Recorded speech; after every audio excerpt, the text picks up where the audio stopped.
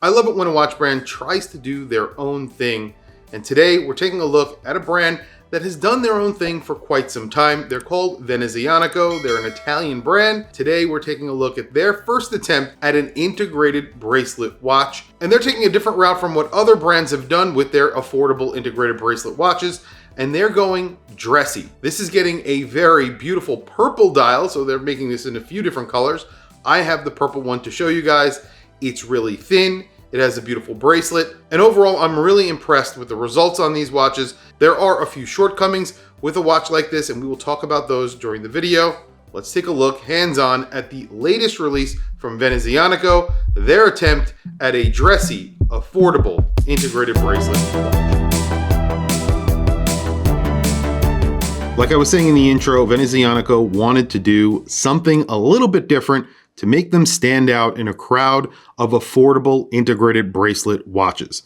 They wanted to go a little bit dressier, do something that would make them stand out in a crowd. And there really is a crowd of integrated bracelet watches out there right now, especially in the affordable market. There are tons of affordable integrated bracelet watches. This is affordable, however, they've gone that dressy route. The dial is obviously the best part about this watch. You're getting a Côte de Genève dial. It's Geneva striping.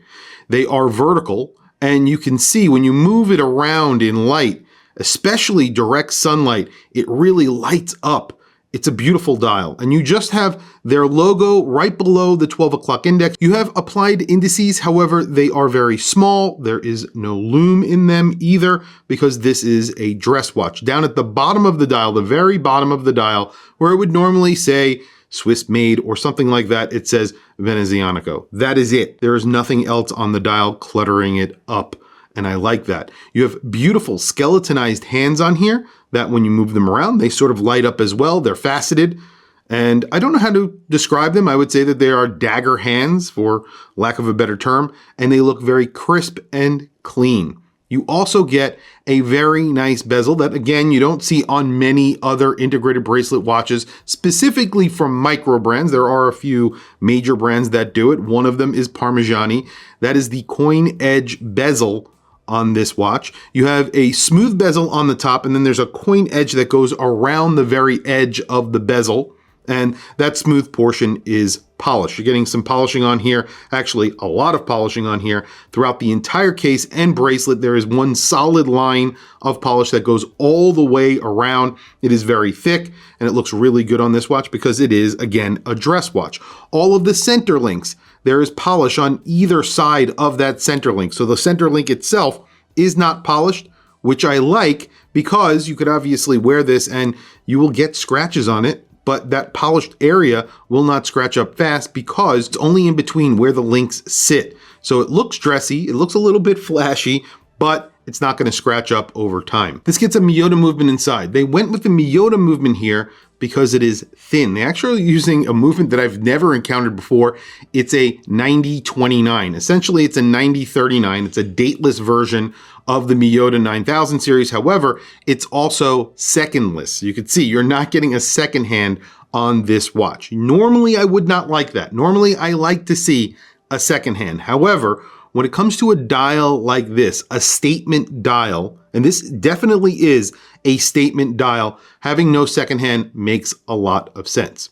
Now, that 90-39 is very thin. The 90-29 is also very thin. I think they're under 4 millimeters thick. So you are getting a very thin watch. This is under 9 millimeters thick. It's around 8.7 millimeters is what I measured. You get a screwed in case back. It has a little depiction of a town on the back. I'll do a close-up of that so you can see what I'm talking about. It's screwed in, and then you have a sapphire crystal on the front. You also get a screwed in crown. You only get 50 meters of water resistance, but again, this is a dress watch, not a sports watch. So they are going for a pure dress watch here.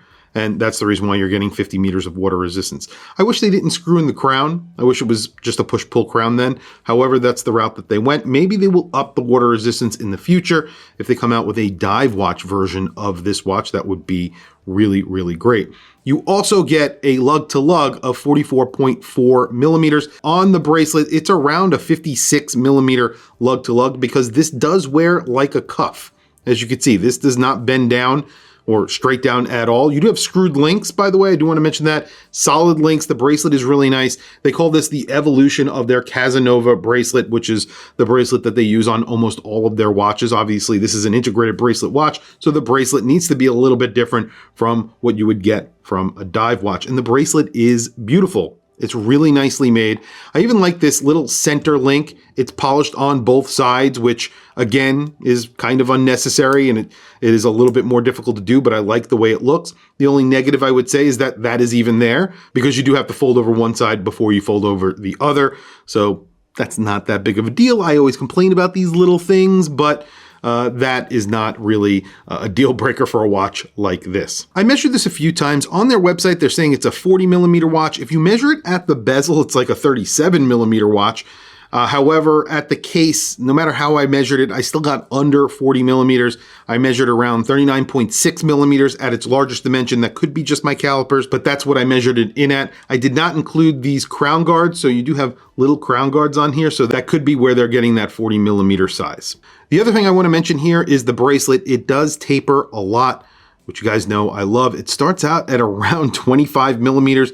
It goes all the way down to around 17 millimeters, under 17 millimeters. So you're getting a lot of taper. So it does wear very comfortably. It also wears like a 40 millimeter watch, in my opinion. Usually an integrated bracelet watch that measures in at around 39 millimeters wears like a 41 millimeter watch. I would say on my wrist, this wears more like a 40 millimeter watch, in my opinion.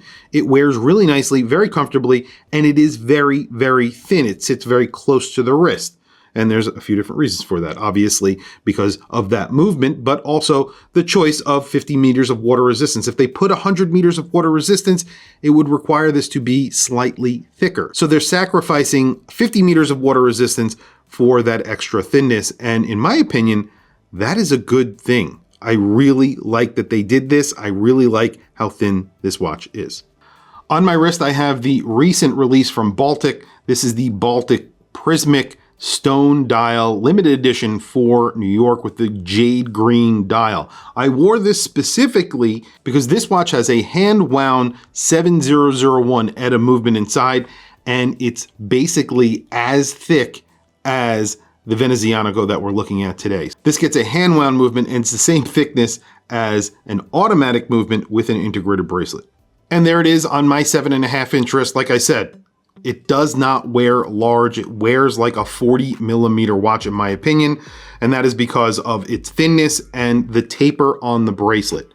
I think on a strap, this would wear even smaller than that. I would wear like a 39.6 millimeter watch. I know that's not a big difference, but it would wear a little bit smaller perhaps if you have a bracelet that actually folds down a little bit better. That's the only dimension on here that will wear large. For small wrists, that might be a problem. If you have a small wrist, that cuff-like effect will be a problem because you may not be able to get this to fit your wrist well enough. But that's really the only issue that I could see. The screwed-in crown, again, that is kind of annoying, but not really a big issue. And then that little clasp, that little flap that you have to fold over after you fold over the other side. I always complain about those, but really not that big of a deal. That's really it. I really like this watch. I kind of think it looks like a Parmigiani, which is definitely not a bad thing. They are very, very expensive. If you want a watch like this from Parmigiani, it's around $20,000. The Tonda is a beautiful watch, and I think this gives you those vibes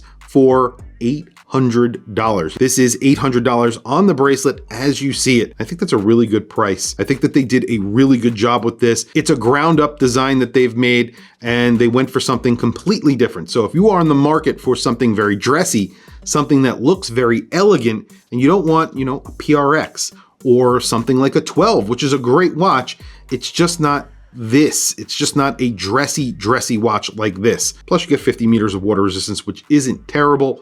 And it's very, very thin. Tell me what you guys think down in the comments below. I want to hear from you guys. I want to know what you think of this dial. This is the purple dial. They make it in blue, they make it in gray, and I think they're making it in one other color. The purple is hands down my favorite. I put this on Instagram and it immediately got like 50,000 views. The sun was out, the dial just blew up. It just lit up with the sun and it looked amazing. And I had to post it. And when I did, obviously people took notice of it. And there you go. I mean, it is a really special, weird, cool dial that you don't see every day, that's actually pretty simple to execute, I would imagine, but extremely good looking, very dressy, and that's that bezel, that coin edge bezel. I like it. It's very subtle. It's not a very big coin edge bezel, so you don't notice it as much. It's just good looking. Tell me what you think down in the comments below. I want to hear from you guys. Please also don't forget to like, subscribe, hit that bell icon. It is super helpful for the channel, and I very much appreciate it. Anyway, guys, thank you for watching this video. Thank you for joining me today. I will catch you in the next video.